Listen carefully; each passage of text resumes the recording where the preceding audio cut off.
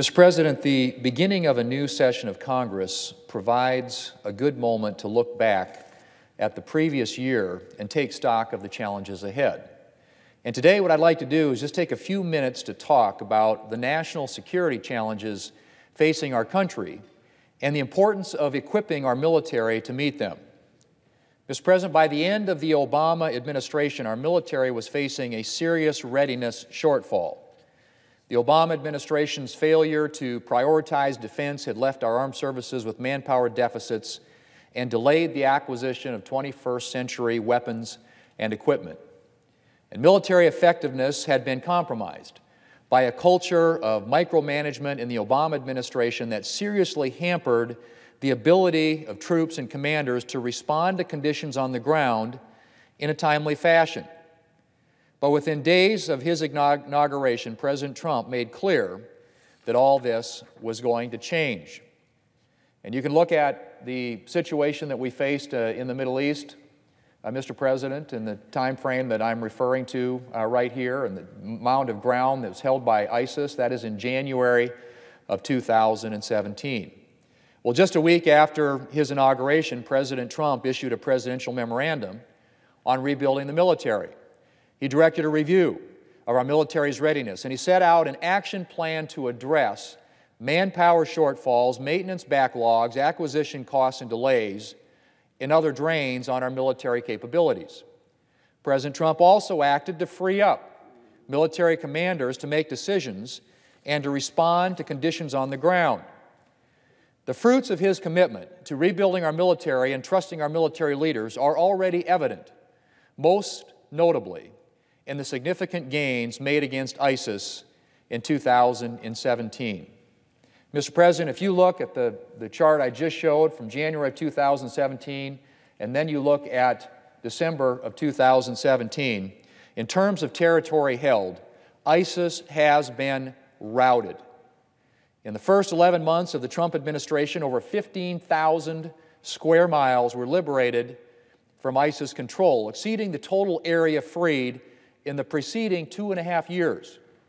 ISIS has lost over 98% of the territory that it once held, and it hasn't gained any back.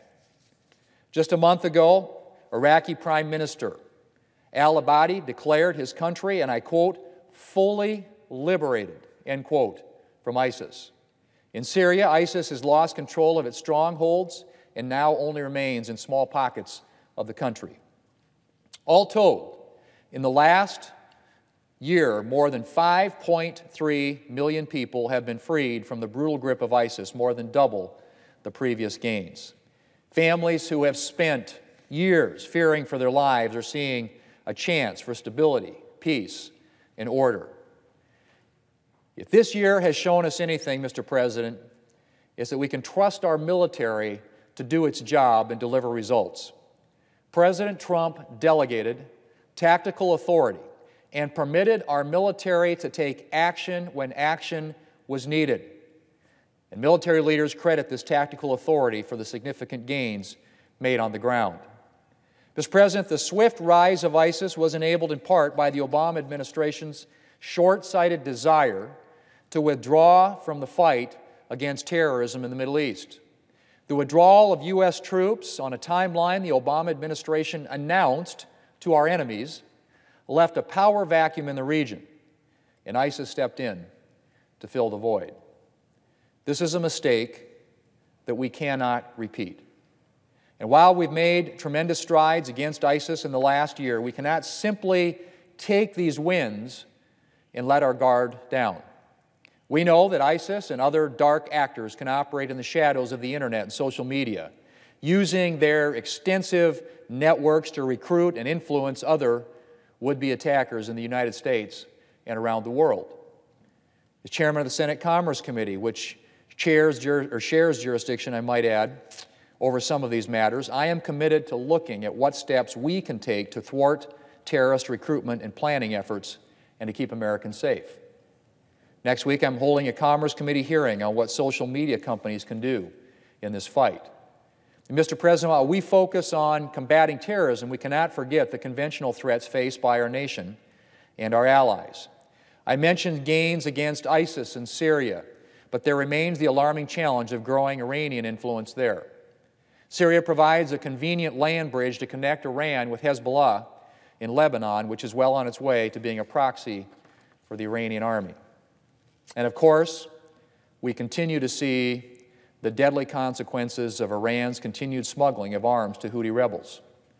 Iran is a serious threat to stability in the Middle East and to our allies there. And we need to keep that in mind as we consider the failed Iran nuclear deal and the ongoing protests in Iran. Mr. President, we also have to stay focused on the threat posed by North Korea. South and North Korea reestablished communications and just met to discuss the upcoming Winter Olympics in South Korea. They announced that in addition to North Korea sending a delegation to the Winter Games, the two countries have agreed to hold military talks. But North Korea said it will not discuss its nuclear program at this time. Mr. President, I think North Korea's nuclear program has to be addressed as a condition of any lasting peace. And the United States should lead its allies in making that crystal clear. While the talks are a notable development after 2 years of no communication between the two countries, we obviously need to be wary of North Korea's motives. We will have to see what actions follow and if the talks lead to any substantive steps by North Korea to dismantle its nuclear program. President Trump and Ambassador Haley have made it clear that North Korea must abandon its dangerous ambitions and increased sanctions are providing additional pressure. We should make no concessions without fundamental progress. Of course, this will require cooperation from China to help exert pressure on North Korea and uphold UN resolutions. China has sought to tip the regional balance in its favor by objecting to the installation of missile defense platforms that would defend the United States and our allies against North Korean missiles. Meanwhile, it's been simultaneously expanding its own military, continuing to develop islands in international waters, and exercising economic coercion. President Trump's national security strategy correctly acknowledges both China and Russia as challengers to American influence, interest, security, and prosperity. I've spoken on the Senate floor more than once to denounce Russia's continued annexation of Crimea, its subversion of Ukrainian sovereignty, and its efforts to undermine NATO. Not to mention its continued denial of attempting to meddle with our election.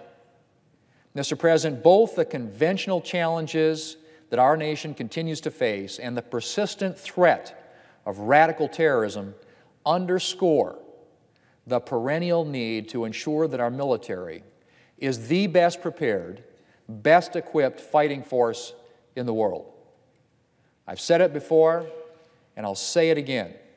If we don't get national security right, the rest of what we do here is just conversation.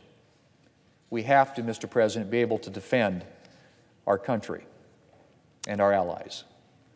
Yes, investing in our national security and restoring our military, especially after years of neglect, will come at a cost. But as Army Chief of Staff General Mark Milley has said, the only thing more expensive than deterrence is actually fighting a war. And the only thing more expensive than fighting a war is fighting one and losing one. Mr. President, in the next few weeks, the Senate will have a chance to vote to increase funding for our troops and to take real steps to restore our military readiness. I hope my colleagues across the aisle will work with us. If there is any issue, Mr. President, in this chamber that should be bipartisan, it is this one. It's not an exaggeration to say that the security of our nation, our ability to live as a free people, depends upon the strength of our military. It is time to make sure that our military men and women have the resources that they need to defend our nation. Mr. President, I yield the floor.